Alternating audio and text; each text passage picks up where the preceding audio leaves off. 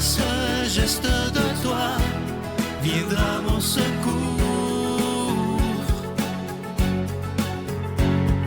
Viens semer dans mon âme le grain de l'amour. Je traverse un désert et je meurs de soif. Montre-moi le mystère qui garde la foi. Bonjour, bienvenue à votre émission La Victoire de l'amour en ce vendredi 9 mai. J'espère que vous vous portez bien chez vous. On rejoint tout de suite pour sa chronique Claire Jacques et ce sera Luc Faneuf qui va nous faire le commentaire de l'Évangile d'aujourd'hui.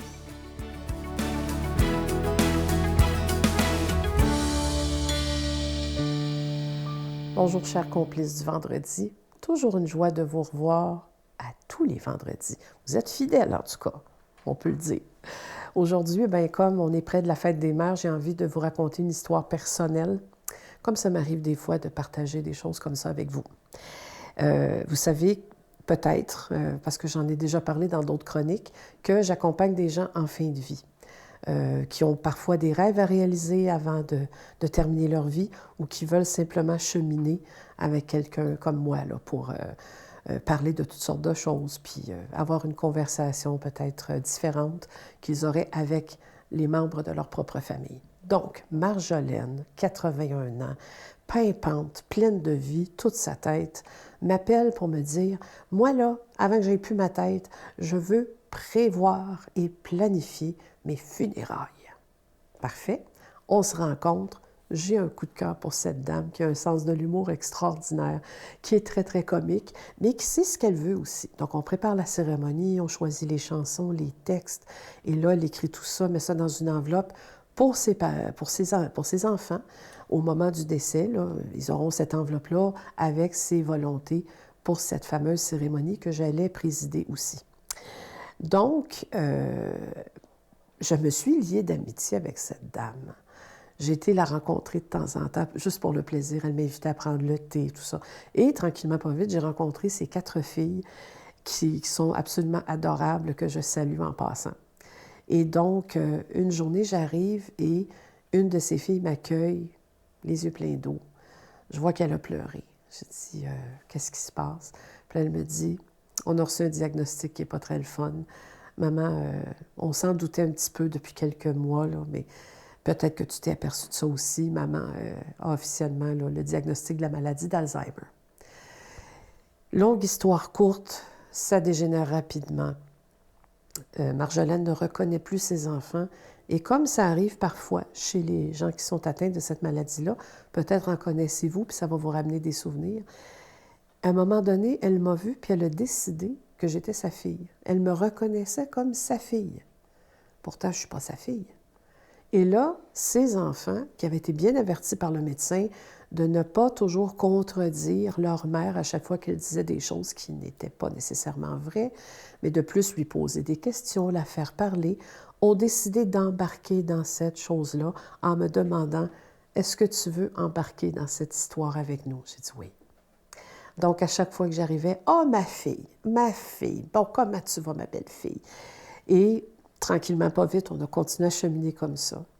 C'était très étrange et beau en même temps et triste de voir des filles perdre tranquillement la mémoire de leur mère et se faire appeler comme des étrangères, alors que moi qui étais une étrangère, je me faisais appeler comme la fille de leur mère. Cette femme qui n'était pas ma mère et qui avait dans son esprit décidé quelque part que j'étais sa fille. C'est toute une réflexion que j'ai eue par rapport aux liens qu'on peut avoir avec les gens en général. Donc, conclusion, il faut faire très attention quand on connaît des gens qui souffrent de cette maladie-là pour ne pas trop les contrarier, mais les amener à s'exprimer et à essayer de combler leurs besoins immédiats le plus possible avec beaucoup, beaucoup de bienveillance. Et évidemment, prier pour ceux qui les accompagnent. Ça aide beaucoup parce que souvent, ce sont des situations qui sont extrêmement difficiles à vivre. C'est des deuils qu'on fait de façon assez magistrale. Notre Père qui es aux cieux, que ton nom soit sanctifié, que ton règne vienne, que ta volonté soit faite sur la terre comme au ciel.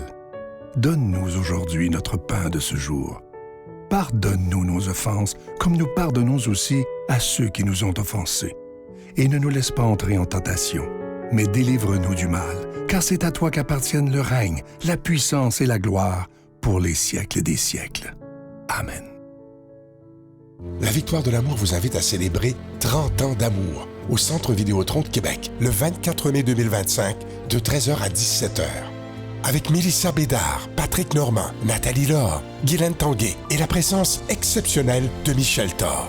Témoignages et conférences avec Sœur Angèle, Dominique Bertrand, David Bernard, Christine Michaud, Martin Larocque, Claire Jacques, Victor et l'équipe de la Victoire de l'amour.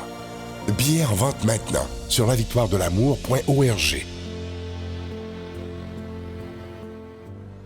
Je suis tellement content de vous présenter ce magnifique cadeau du mois de mai. J'en suis tellement fier. C'est le tout nouveau livre de notre ami Martin Larocque qui s'intitule « Et si la solution était l'amour ». Si vous avez lu le premier, vous avez vu à quel point ce livre-là était bon, mais le second, il est absolument extraordinaire. J'étais même très ému en le lisant parce que Martin est beaucoup plus personnel dans ce livre-là. C'est la première fois qu'il se livre autant. Et c'est plein de solutions pour nous apprendre à nous aimer finalement. Parce que souvent, malheureusement, on essaie d'aimer les autres, mais on ne s'aime pas soi-même. En tout cas, je vous le dis, c'est un livre absolument magnifique. Vous le recevrez avec un don de 25 $ et si vous en voulez deux, avec un don de 40 $. Je vais prendre le temps de vous remercier de tout cœur de ce que vous faites pour la Victoire de l'amour depuis plus de 30 ans déjà. C'est grâce à vous si on est là 7 jours par semaine à la télévision et sur Internet.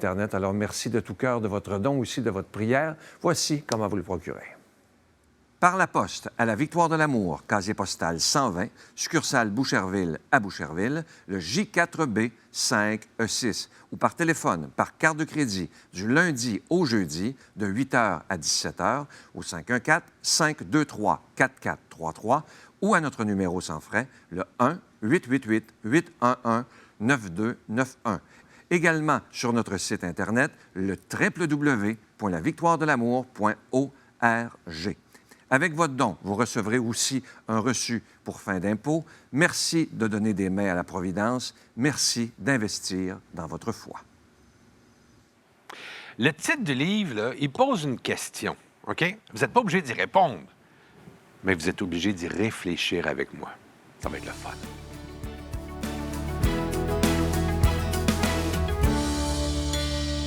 Mon Dieu, donnez-moi la sérénité d'accepter les choses que je ne peux changer, le courage de changer les choses que je peux et la sagesse d'en connaître la différence. Amen.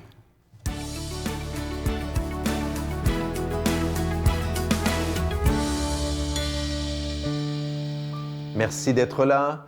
Aujourd'hui, une leçon essentielle. La parole de Dieu va nous parler de nourriture. Oui, de nourriture. Est-ce que vous vous souciez de ce que vous mangez? Ben, j'espère que oui. Parce que moi, je me souviens de ma mère qui disait, puis probablement que vous le dites vous-même, vous l'avez entendu, « Attention, Luc, on est ce qu'on mange. Donc, si tu te nourris tout croche, ben voilà, tu vas devenir un peu, voilà, tu vas devenir une poutine, tu vas devenir des burgers, tu vas devenir des frites, qui par ailleurs sont très bons. Donc, le bien manger, c'est très important. Et le bien manger, c'est très important pourquoi? C'est bien important pour la santé physique, pour notre corps. Jésus, dans sa vie courante, avait un corps. Jésus était très soucieux du bien-être du corps des gens qu'il côtoyait, ses apôtres, évidemment les foules à qui il enseignait. Jésus n'était pas nutritionniste. Okay? Ce n'était pas de ça qu'il était question. Mais Jésus était soucieux de cela. Tellement qu'on sait que, de façon historiquement presque certaine, je mets le presque, mais voilà, on en est certain. 2 multiplications des pains. Jésus a multiplié la nourriture pour nourrir des foules qui l'écoutaient pendant des heures et des heures et des heures. Mais vous savez quoi? Jésus va aller vraiment plus loin. Et là, comme Jésus, lors de l'affirmation qu'il a faite, que je vais vous lire, a perdu des gens en disant « Ouh, ce gars-là est fou ». Je répète, ce gars-là est fou. Ben voilà, vous allez peut-être penser, si vous ne connaissez pas la doctrine chrétienne et m'écoutez pour la première fois, vous allez peut-être penser que je suis fou. Je vous le dis, Jésus a dit, à la synagogue de Capharnaüm, Jésus a dit, « Vous devez manger mon corps et mon sang, boire mon sang, pour avoir la vie éternelle en vous. » Si, Jésus a affirmé ça. Donc Jésus a dit que non seulement la nourriture est importante pour le corps, mais que Jésus allait lui-même se faire nourriture pour notre corps, mais surtout, parce qu'une hostie c'est petit, mais surtout pour notre âme. Seigneur Jésus, nous croyons que tu es le Fils unique de Dieu, venu sur la terre pour nous révéler le Père et guérir nos âmes. Seigneur Jésus, aide-nous à croire en tes paroles et tes promesses étonnantes, comme celles de l'Eucharistie. Que nos esprits les reçoivent comme des cadeaux mystérieux du Père pour que nous ayons la vie divine en nous. Est-ce que Jésus a inventé ces paroles? Si vous ne mangez pas la chair du Fils de l'homme, c'est lui. Si vous ne buvez pas son sang, vous n'aurez pas la vie en vous. Est-ce que Jésus a inventé ça? C'est impossible que Jésus ait inventé ça. Excusez-moi, pas que Jésus ait inventé, mais qu'on ait fait dire à Jésus des paroles qu'il n'aurait pas dites. Parce que ces paroles-là, d'abord, j'en précise d'un point de vue historique, à la synagogue de Capharnaüm, il aurait presque pu préciser à telle heure précise de tel jour. OK? Donc ça s'est entendu là. Et aussi parce que cette parole-là est absolument étonnante. Elle est, plein de penseurs chrétiens lisant l'Évangile, penseurs non chrétiens, pardon, en disant, se sont dit, quoi? Une religion qui encourage le cannibalisme, le fait de manger la chair d'un autre homme? C'est presque de ça dont il s'agit. Évidemment qu'on comprend que c'est un cannibalisme spirituel, mais Jésus dit carrément, vous devez me manger. À Capharnaüm, quand ils ont entendu ça, les Juifs ont dit, c'est un fou. Et les textes, dans son honnêteté historique, dit que les gens ont dit que c'était un fou. Et un paquet de gens qui suivaient Jésus, de personnes, y compris certains, pas les apôtres, mais certains disciples qui étaient proches, se sont dit, non, on ne peut pas le suivre. Ce gars-là est complètement pété. Jésus va rajouter, si vous croyez jusque-là, vous allez voir, il y a encore mieux. Celui qui mange ma chair et boit mon sang a la vie éternelle. Et moi, je le ressusciterai au dernier jour. Donc, si Jésus fait cela, c'est qu'il y a une promesse qui est rattachée. C'est pas du cannibalisme pour dire juste mange un hot dog puis tu vas être en forme, tu vas avoir de la nourriture, tu vas pouvoir, le cœur va continuer de battre pendant 6 mois. Non. La nourriture que je donne, mon être, et par le miracle de l'hostie qui devient ma chair, du vin qui devient mon sang, à chaque messe, cette nourriture-là va te donner la vie éternelle. Vous voulez la santé, vous voulez surtout la santé éternelle. Demandons à Dieu de nous bénir, lui qui est Père, Fils et Saint-Esprit. Bonne journée. Je vous salue Marie, pleine de grâce. Le Seigneur est avec vous. Vous êtes bénie entre toutes les femmes, et Jésus, le fruit de vos entrailles, est béni. Sainte Marie, Mère de Dieu, priez pour nous pécheurs, maintenant et à l'heure de notre mort. Amen.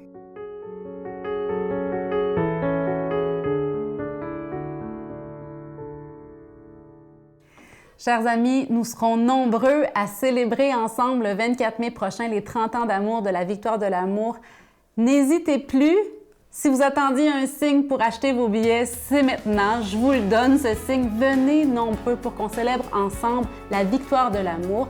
Allez sur le site de la Victoire de l'amour au www.lavictoiredelamour.org ou en appelant directement au Centre Vidéotron au 1-877-658-9866. 1-877-658-9866. Bonne journée. On les a choisis, oui, ils sont différents, mais qu'est-ce qu'on veut dans la société, c'est qu'ils soient fonctionnels et qu'ils soient autonomes.